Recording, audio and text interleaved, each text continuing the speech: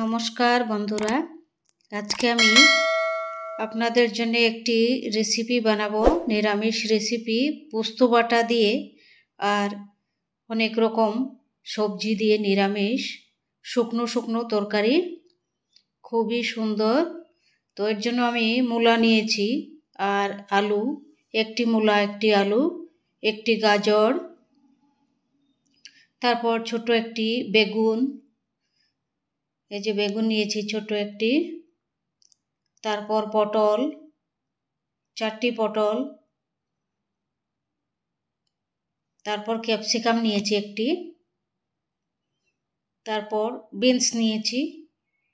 Beans মানে এটি বটবটি নাকি কি বলে, বিনস।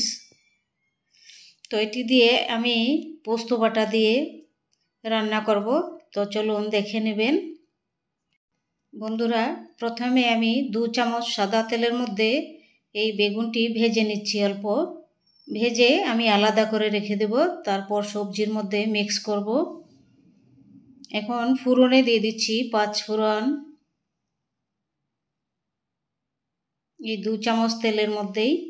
তার মধ্যে এই যে একটি আলু তার মধ্যে দিয়ে দিচ্ছি। এখন দিয়ে দিচ্ছি পটল,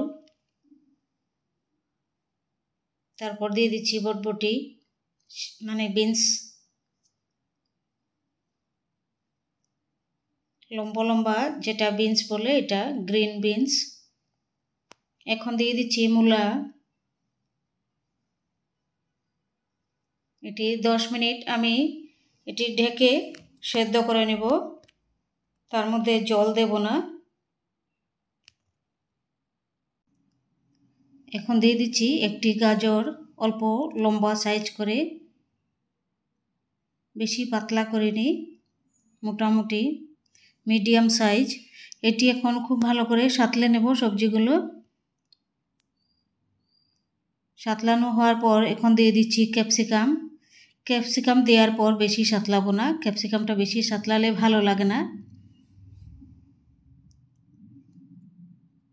এখন দিয়ে দিব 1 চামচ লবণ, আধা চামচ লাল লঙ্কা পাউডার আর আধা চামচ হলুদ পাউডার দিয়ে এখন ঢাকা দিয়ে আমি পোস্তগুলি বেটে নেব।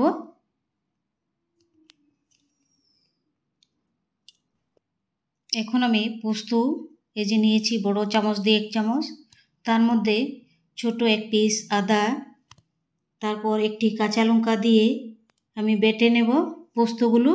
এই যে কাঁচা লঙ্কা দিয়েছি, পোস্ত বাটা হয়ে গেছে। এবার দিয়ে দিচ্ছি এই সবজির মধ্যে। দেখুন ঢাকনা দিয়ে দিয়ে দিয়ে দিয়ে সেদ্ধ হয়ে গেছে সব সবজিগুলো। এবার দিয়ে দিচ্ছি একদম লাস্টে বেগুন ভেজে রেখেছিলাম এগুলো। যদি নিরামিষ এই রেসিপিটি ভালো লাগে আপনাদের, তাহলে সাবস্ক্রাইব করবেন, লাইক করবেন, শেয়ার করবেন আর কমেন্ট করে জানাবেন। এটি মানে রুটির সঙ্গে, ভাতের সঙ্গে, সঙ্গে ডাল থাকলে খুবই সুস্বাদু এই নিরামিষ রেসিপিটি, দারুণ লাগবে পোস্ত বাটা দিয়ে। এরকম করে বানিয়ে খেয়ে দেখবেন নিরামিষ, প্রচণ্ড সুস্বাদু।